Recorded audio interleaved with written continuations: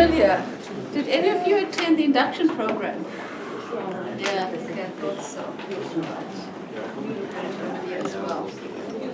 Okay, colleagues, I am Lorraine Hassan, that's true, that is my name, if I can remember correctly, if I haven't forgotten already.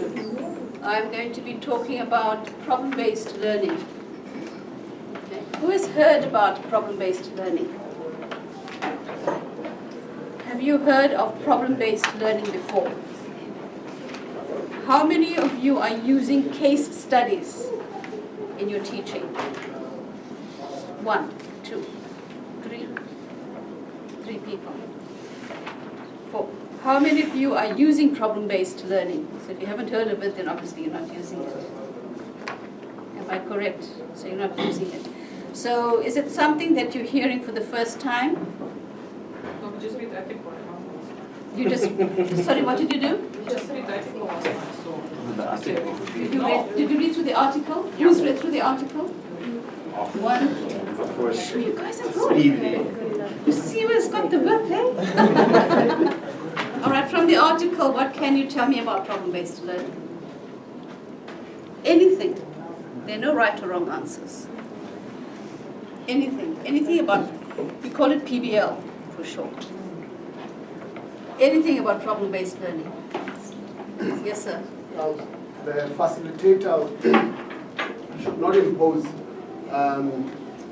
his or her views on the group. You must let the student think for themselves and just guide them. Only at various stages, then he can share the information. Okay, good, well done.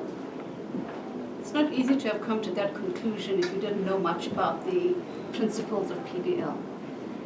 So the role of the teacher is to be a facilitator. Now, how is that different to being a teacher? So what's the difference between a teacher and a facilitator?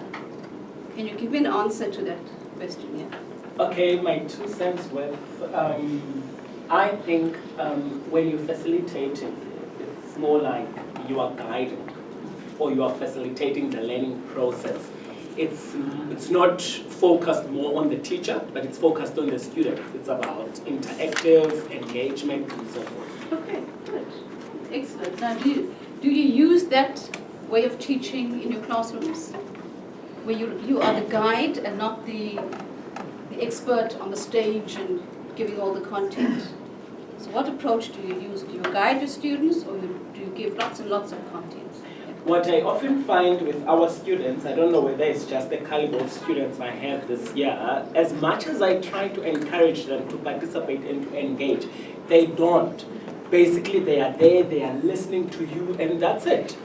And it's a challenge because they don't want to participate. So perhaps then the best way to address that would be to maybe arrange them in groups and actually force them to talk and to work with one another.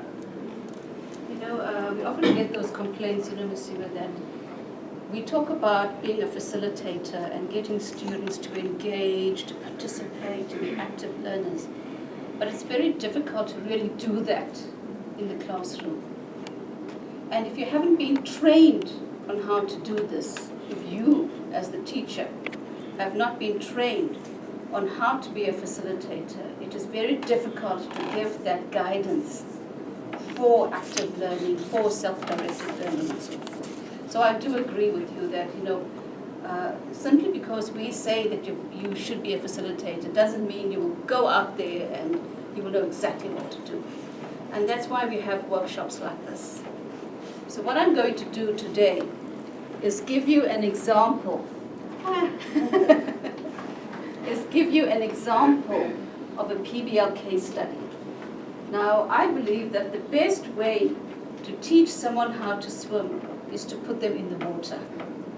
You can't teach someone how to swim by getting them to put on a costume and explaining to them what it feels like and how to do the strokes, whether it's freestyle or whatnot. So what I'm going to do is I'm going to throw you into the deep end. You are going to be the students in my classroom. So we're going to play a game. You are going to be medical students because I'm using a medical model.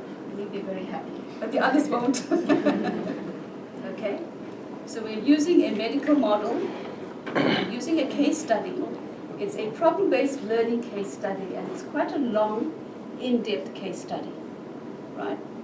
You will be put through the paces of the PBL process, but I will explain what it means as I go along. And you will be out of your comfort zone, because you were talking about teaching industrial design and engineering and cost accounting and all of that, and you are experts in your field. I couldn't even understand what you were saying. I'm taking you out of your comfort zone into another discipline. I think he might be a bit comfortable. I'm taking you into another discipline, because when your students get here, even at second year level, they are not in their comfort zone, right? Your subject is alien to them. All the terms that you use and the knowledge that you are sharing with them is very foreign to them. So I would like to make you feel what the students experience by putting you through something which is going to make you feel very uncomfortable. Not as in physical discomfort, but cognitive discomfort. And we call that cognitive dissonance. When there is uneasiness, and that sparks learning. When you have this uneasiness about, okay, but what does that mean, and what if this happens, etc., that stimulates curiosity, and it stimulates learning. So it's very important in the learning process. Remember, learning is not linear. It's not a process where you sort of read a book, you understand everything, you write an exam, and then you're able to apply it in the real world situation. It's a very messy process, and I want you to experience that.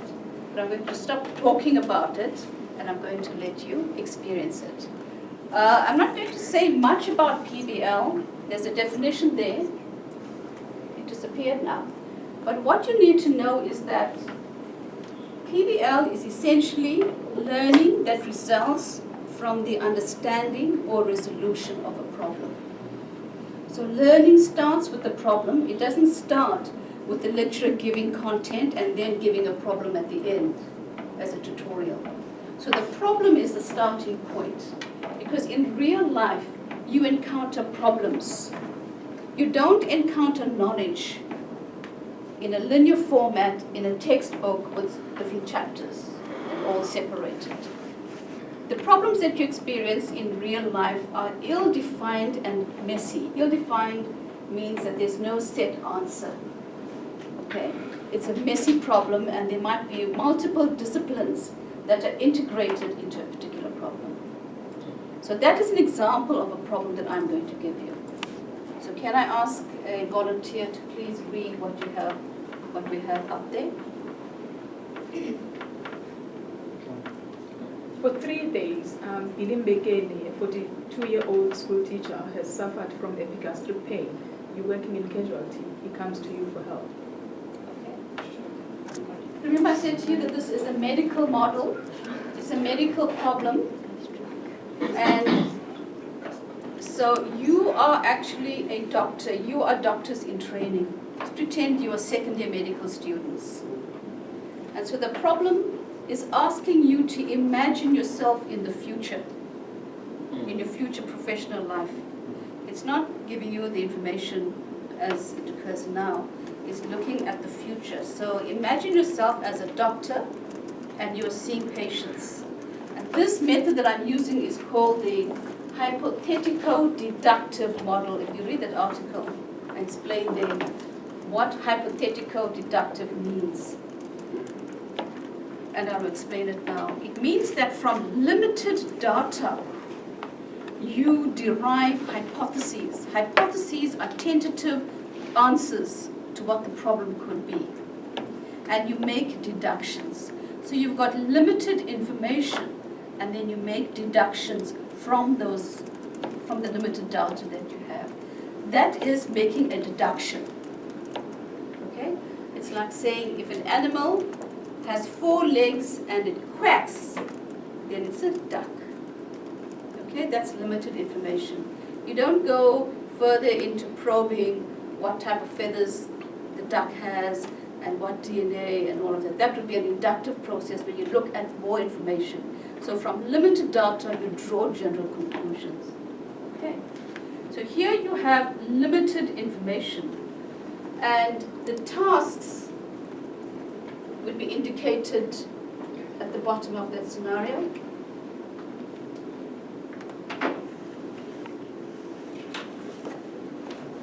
Let someone read, someone else?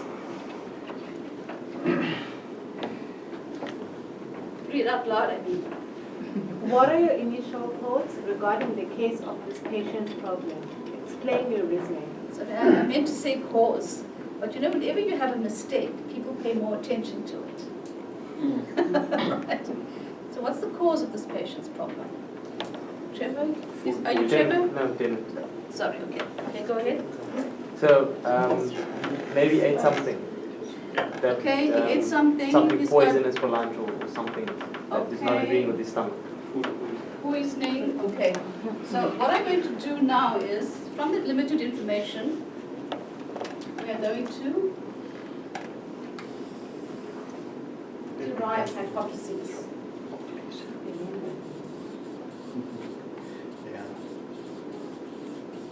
You know, when I asked you what could be wrong with this patient, essentially I'm asking you to come up with hypotheses. So you said food poisoning. Yeah, food poisoning. And then do we give the reason as well, or is Yes. that the reason? No, it's important. Your reasoning So, was that. so he's a teacher, and Yes. he was at a staff function and he ate some bad food. Teachers like to eat, or staff party, some cake, whatever, and then that's where he got the food poisoning. All right. Now I need you to pay attention to how I will question. You know, when we said, when we indicated that you need to be a facilitator, I could just say, oh yeah, it was right, and then I'd come in and I'll say, okay, this is what food poisoning is, and this is what it does, and that's why it causes that. But what I'm going to do now is I'm going to keep the knowledge to myself. I'm not going to impart it, but using the knowledge, I'm going to ask questions to guide you towards a particular content or knowledge. Okay? Why does food poisoning give you pain? It doesn't only have to be him, right? I'm not harassing him. It can be anyone. Any one of you can answer. Why would food poisoning manifest As pain. as pain? Okay, so when you ingest something that's poisonous for your body, for your stomach, there has to be a way for your body to tell your mind that it's in pain, injury, go see a doctor, and that's the way it does it, the pain. Yeah, good. Good. You are explaining the why we have pain. Yeah. Like I was working in the garden and I was lifting very heavy things, pots and whatever. I enjoyed it at the time, but now my arm is really sore. Okay? It's really sore. It's been sore for a few days. So it's telling my body, listen, you can't be lifting things all the time, so now I'll give it a rest. If it didn't give me that pain, I will continue lifting heavy things to the point where my muscles would be torn and shredded. Okay? Giving you that as an example, you've given us the why, because it can be toxic. But what's wrong with that? What's wrong with food poisoning? That the body must give you pain. That's what I'm trying to get at. What happens when you get food poisoning? What is food poisoning? Bacterial Sorry? infection. So food poisoning, let's say you ate fish that the catering company cooked the previous day and no one ate, so they kept it out, left it out, and then they brought it back the next day. So by that time, the bacterial load would have been quite high. So when you ingest that, then there's a whole lot of bacteria. So is that bacteria giving you pain? Yes. I think it's the bacteria because the body is not used to, bacteria on itself is not good for your body, right? So the body is not used to digesting things that it doesn't know. So it automatically reacts when it feels like, I don't know what is this. Okay. So that's when it sends the messages that I don't want this. Okay, so what does it do? What does the body do that Well, what does the body do when it realizes, okay, this is not good for me, and I don't want it? So how does the rejection take place? It can't digest it through to where the food is supposed to go to. Right, so you get stomach cramps, it wants to get rid of it, stomach cramps, and then you might vomit. Yeah. Anything else? Might have diarrhea and so forth. Okay. So can you see how I got you to give me answers, and you are not even, you don't even have a medical background. Do you have a medical background? No, I wish. Can you see? You don't even have a medical background, and yet you're able to give me these answers. All right? All right, so one of them was food poisoning, and you just went into detail there. You'll see that in this column, I have, I didn't write it down yet, but I have something called learning issues. Learning issues are very similar to learning outcomes or learning objectives. So these are topics or aspects of knowledge that you want students to study on their own. So you're not going to give them a lecture on it. So let's say I wanted you to learn more about the topic of pain. So we could say pain is a learning issue. But I don't just say, okay, pain is a learning issue. You've got to make it a learning issue. Okay? So let's say I'm teaching something and I want you to write down pain as a learning issue. But I can't just say to you, listen, you don't know much about pain, make it a learning issue. How do I get you to make it a learning issue? What do I do? How do you get students to realize that they don't know something? To ask questions. You ask questions. So what is pain? How would you define pain? Say. Inconvenient. It's an inconvenience, okay, in the body it's an inconvenience.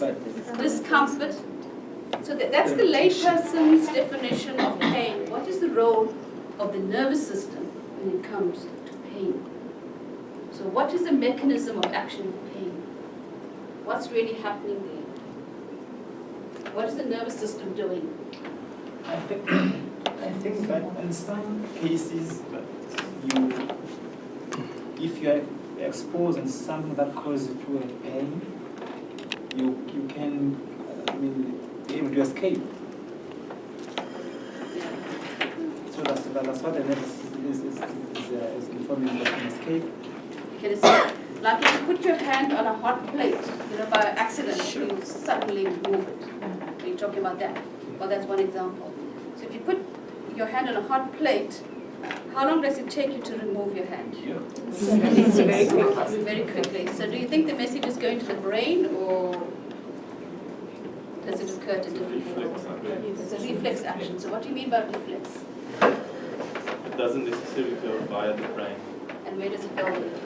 It's localized. What do you mean by Only the localized? brain registers afterwards. Okay, so what do you mean by localized? The part that is affected. And what So- is the part? What does that do? Natural process. Say that. It's a natural process for you to. You mean it's natural, it's automatic. Automatic. Okay, the signal does go somewhere. It goes up to the spinal cord. And at the spinal cord, then you get the reflex action for the muscles to contract, because muscles have to contract to move your arm. So you see, not all aspects of pain are interpreted by the brain, because then it takes too long. Imagine if you have to put your hand in. Okay, now it's hot, let me, and by that time your arm will be burnt off. Okay. So you need something that is quite quick, and that's why you have a reflex action. Or if I have to throw this at you, you will blink. And it's not the brain that is responsible for that, because it will take far too long. Okay, so what I need you to do, as a learning issue from the questioning, is that you need to look at the role of the spinal cord when it comes to reflex action and pain. So that becomes a learning issue. So this is an aspect of pain. So can you see from my questioning, I've realized that, okay, you do know something, but you need to go deeper into talking about a certain aspect. So that's how you bring out the lack of knowledge or the gaps in students' knowledge by asking probing questions. So when he said it was localized, you don't get satisfied, or you mustn't be satisfied with that answer, that it's just localized. So you want a specific answer, and that is the role of the spinal cord in reflex actions when it comes to pain. Do you know it's actually very threatening when you work in a PBL environment as a teacher or facilitator, because the students overtake you. You can't put down your knowledge. You know, now you think you're an expert and you walk in with your PowerPoint presentation and you know, no one is like you and you know it all. In the PBL environment, you put down your theories and you would say, okay, you know, this is theory 1, 2, and 3. Students will go off and they'll come back, and it's happened to me and to my other colleagues. They'll come back and they'll say, oh yeah, you know, you spoke about this theory and that theory is outdated now.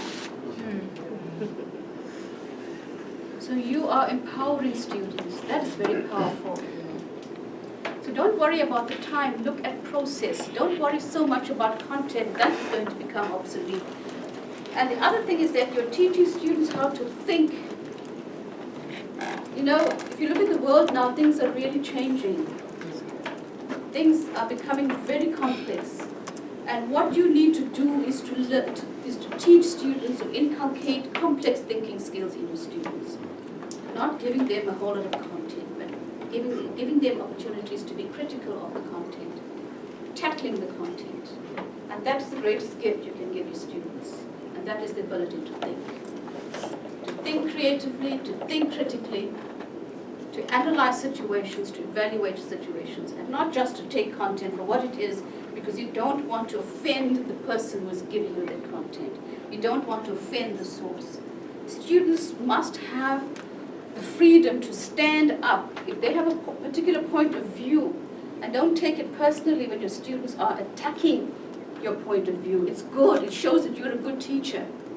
It shows that you're a good facilitator.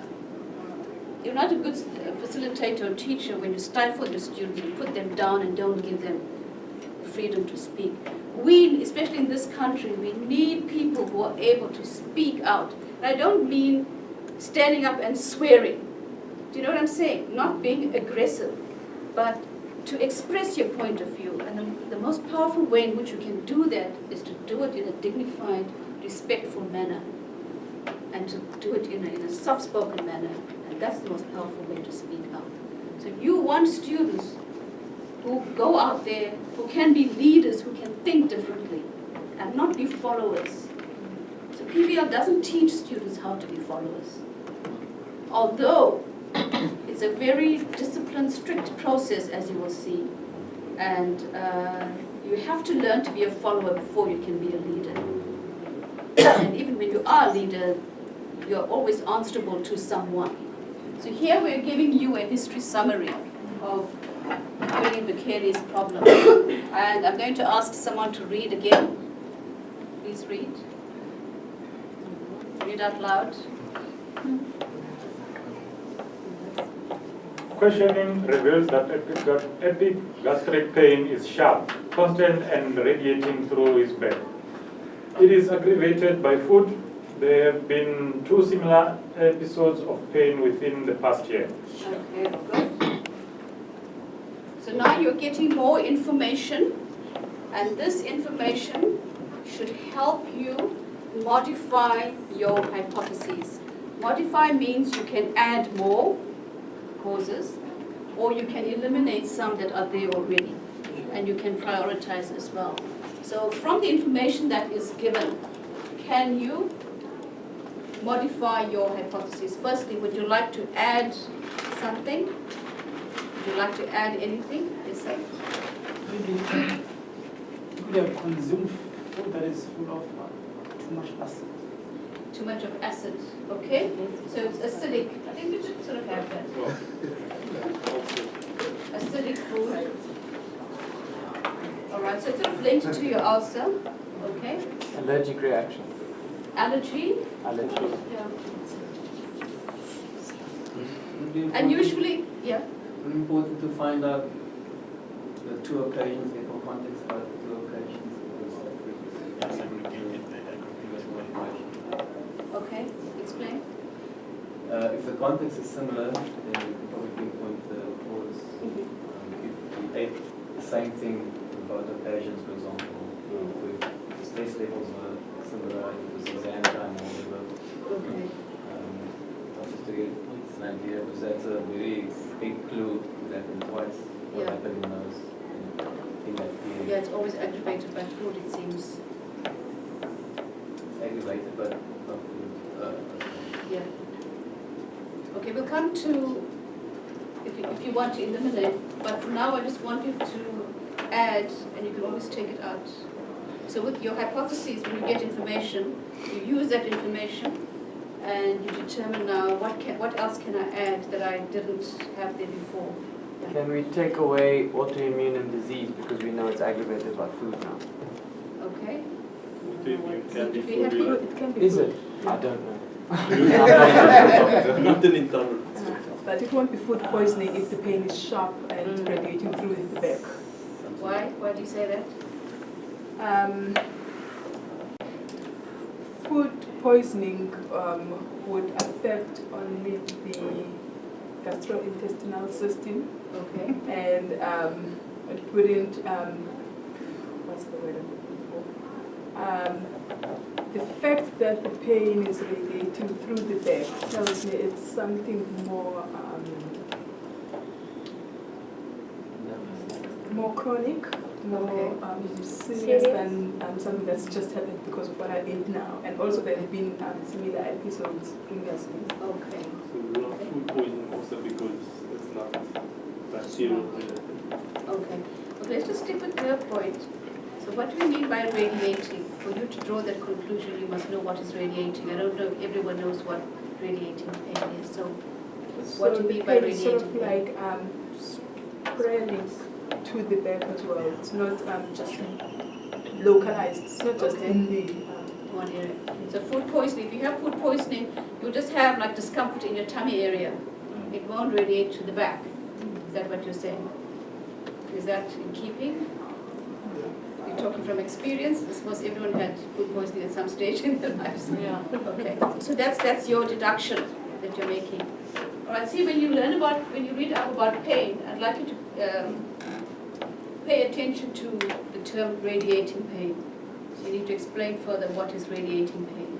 All right. So can you see I'm taking you back to learning issues. All right. So which one do you want to eliminate? Food poisoning. Do you agree with her? Yes. You all want to eliminate food poisoning. You can always add it later. Okay. Do you want to eliminate anything else? Acidic food. Anything else? Yeah. Does acidic, what is that, acidic food? Acidic food? Because then it wouldn't necessarily go to the back. It would affect purely the intestine and stomach. All right, fine. Anything else for elimination? Okay. So can you see how you would modify your hypotheses by adding and eliminating? And you can also prioritize. So do you want to prioritize at this stage or do you want more information? More information. You want more information? Okay. Now, when you go to the doctor, he sits you down, he will speak to you about the history of your pain, and then he will start taking your pulse and your blood pressure, and if it's your stomach, then he will, I'm trying not to use the medical term. Palpate is the palpate. When the doctor sort of touches you, because that's how they tend to feel where the pain could be, where the problem could be. So if there's tenderness and so all of that, then they would be able to pick that up. So the doctor does a physical examination on William McKenney, and this is what he finds. Can someone read, please? Someone read? Abdominal what? Distension. Epigastric tenderness, fever, and absent bowel sounds. Okay, good. What do these terms mean? What does abdominal distension mean? Stomach or something.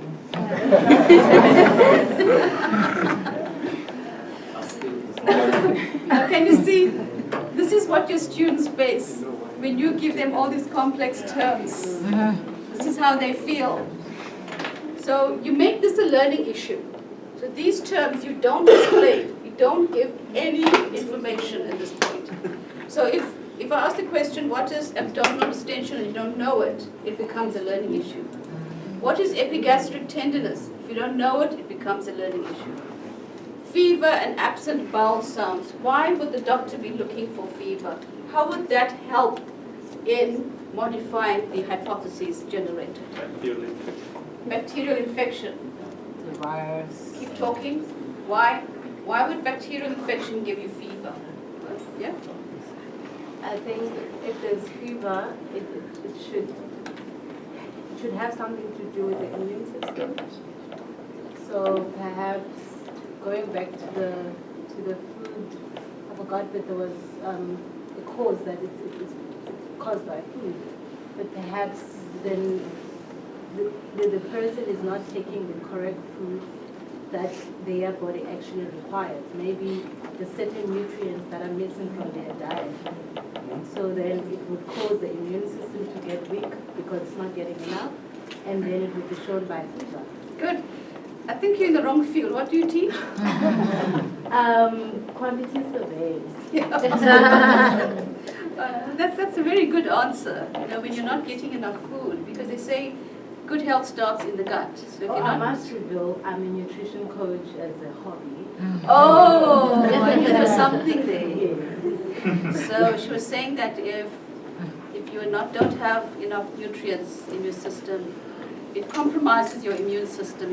Your immune system would then not be able to fight infections, whether it's bacterial or viral, and that could give you a fever. So the fever is the body's way of trying to kill off the virus or the bacteria. Because the body is very intelligent. You know that. It's not just your brain. The body is very, very intelligent. So when it's under threat, then it would try to eliminate the threat. So if the doctor is looking for fever, or if he's taking your temperature, and if your temperature is high, it means you have a fever. All right? And if there's fever, then he knows, okay, there's some infection going on there. So before he even does any tests, he can look at the external body as such, and then try to establish if there's fever or whatever, and then from there determine if there's a viral infection. But what's the normal temperature of your body?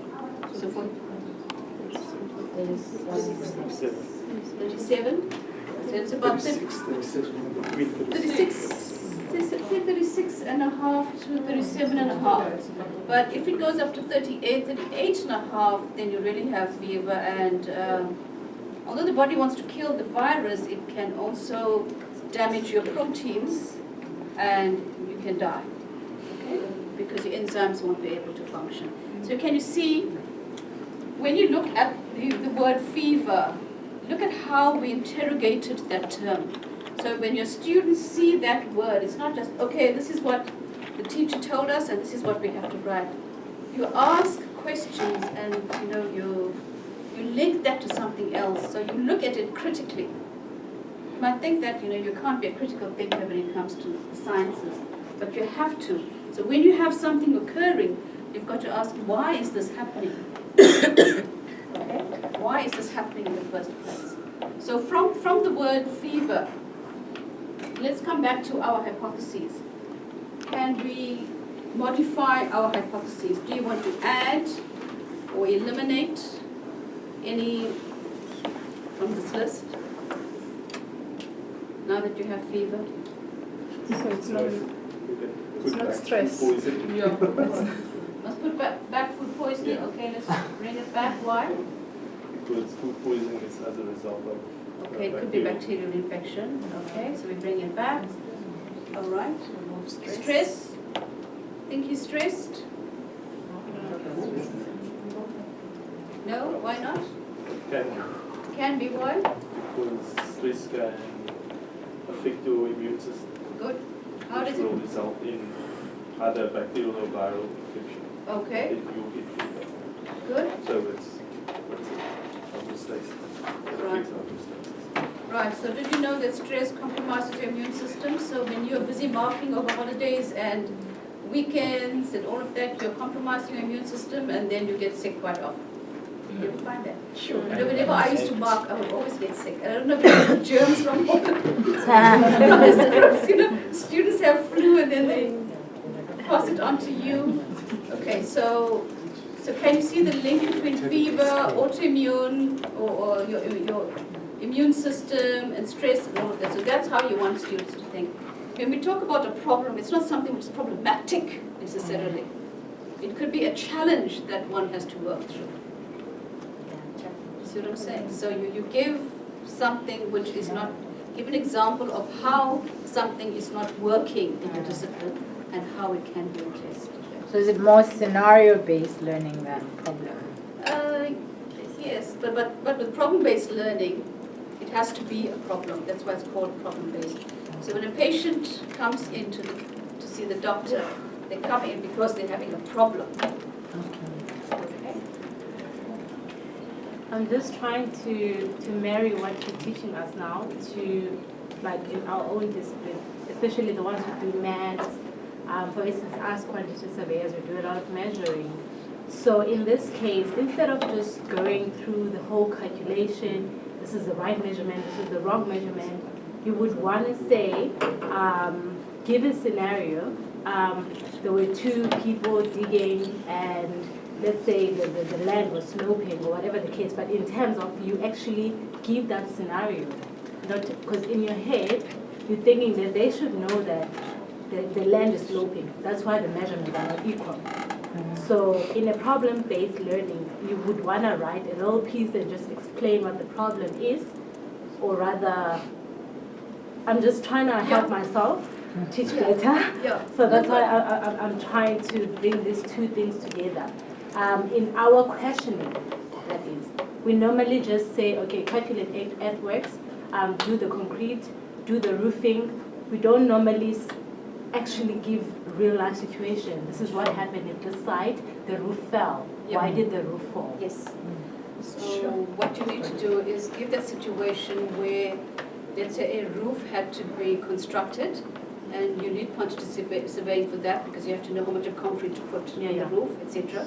So you give a scenario where it didn't work, and you might say, okay, this person was trying to create this roof, and give the quantity of concrete, for instance, that they used, and then it didn't work. And they have to work out the correct amount or something like that. So give scenarios that didn't work, and then they have to work out what would be correct. Yeah, because our challenge now, I'm glad that we're doing the TDP, is that we're teaching the way we were taught. Because they would just give things to us, and we just, as long as I was told, I have to take that measurement and that measurement. I make sure that's where I look when I have to calculate this. It's not a matter of thinking outside the box, actually imagining this thing. Or you actually look at a drawing and you see a real side. So I think that's where most of us, if I may say, we didn't get this opportunity to be taught those things. We actually had to see things and it felt like we don't know anything. Yeah. You see, the thing is, now that you know how hard it was for you to learn about knowledge at the concrete level, pardon the pun, you had to learn about knowledge, in everyday, how it occurs in everyday life, and you see that you can't just take the abstract knowledge and then go and apply it so easily. You can appreciate the difficulty in making that link, and that's all the more reason you should teach in a way where you get abstract knowledge linked to concrete experiences. Okay, so you should use those methods. I just want to say one thing. It's like if I had to give you a recipe for cooking an Indian curry. I don't think there are any Indians here. I don't presume that any of you know how to make a biryani or cook a mutton curry. Do you know? I have an idea. Change it. Okay. Let's say I give you a recipe for a particular dish that you've never eaten before and you've never seen before. And the recipe gives the list of ingredients, and it tells you how to put the ingredients together, and then it tells you how to bake it in the oven and so forth. And let's say you've never used an oven. Let's say it's a new oven, very complex oven. Now I could teach my heart out on how you should prepare this meal. But if you haven't done it in real life, you will never know, the challenges experienced and how to do things. So doing things in real life just gives you those techniques, of how to master certain challenges, which can't be achieved if you simply sit with the book and study it. So don't expect students to study maths in an abstract way, no matter how well you are teaching it, without linking it to concrete experiences. Now, I've been looking at this here. There's something called legitimation code theory. It's a bit complex. And there's something called semantics. It's something I'm interested in. And it talks about abstract knowledge and concrete knowledge, everyday knowledge at the concrete level, and how important it is for you as lecturers to move from the abstract down to the concrete, and then you go back up into the abstract. Do you get what I'm saying?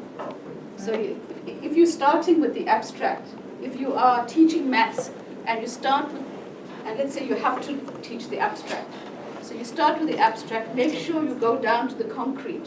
So you're talking about the engine room and what happens to the engine and so forth, but then you need to go back up into abstraction. So you help students to relate everyday experiences and to draw principles from everyday experiences that they can then apply to other experiences. And thanks for your discussions. To be honest with you, I use the same case study at many of my workshops, but each time the discussion is different. Because I simply allow you to speak and to ask questions, to clarify issues, because it is a complex topic. It's a complex, very sophisticated curriculum. But I hope you've learned something. I haven't completed the case study, but I've sent Masiwa the presentation, so she will send it to you and you can have a look at it. Okay, you can go to the case study. As I said, the issue is not the case study, but the process. The process of giving students a problem, getting them to derive hypotheses, coming up with learning issues, and then listening to their presentations. And as you said, listen to the students, give them a voice.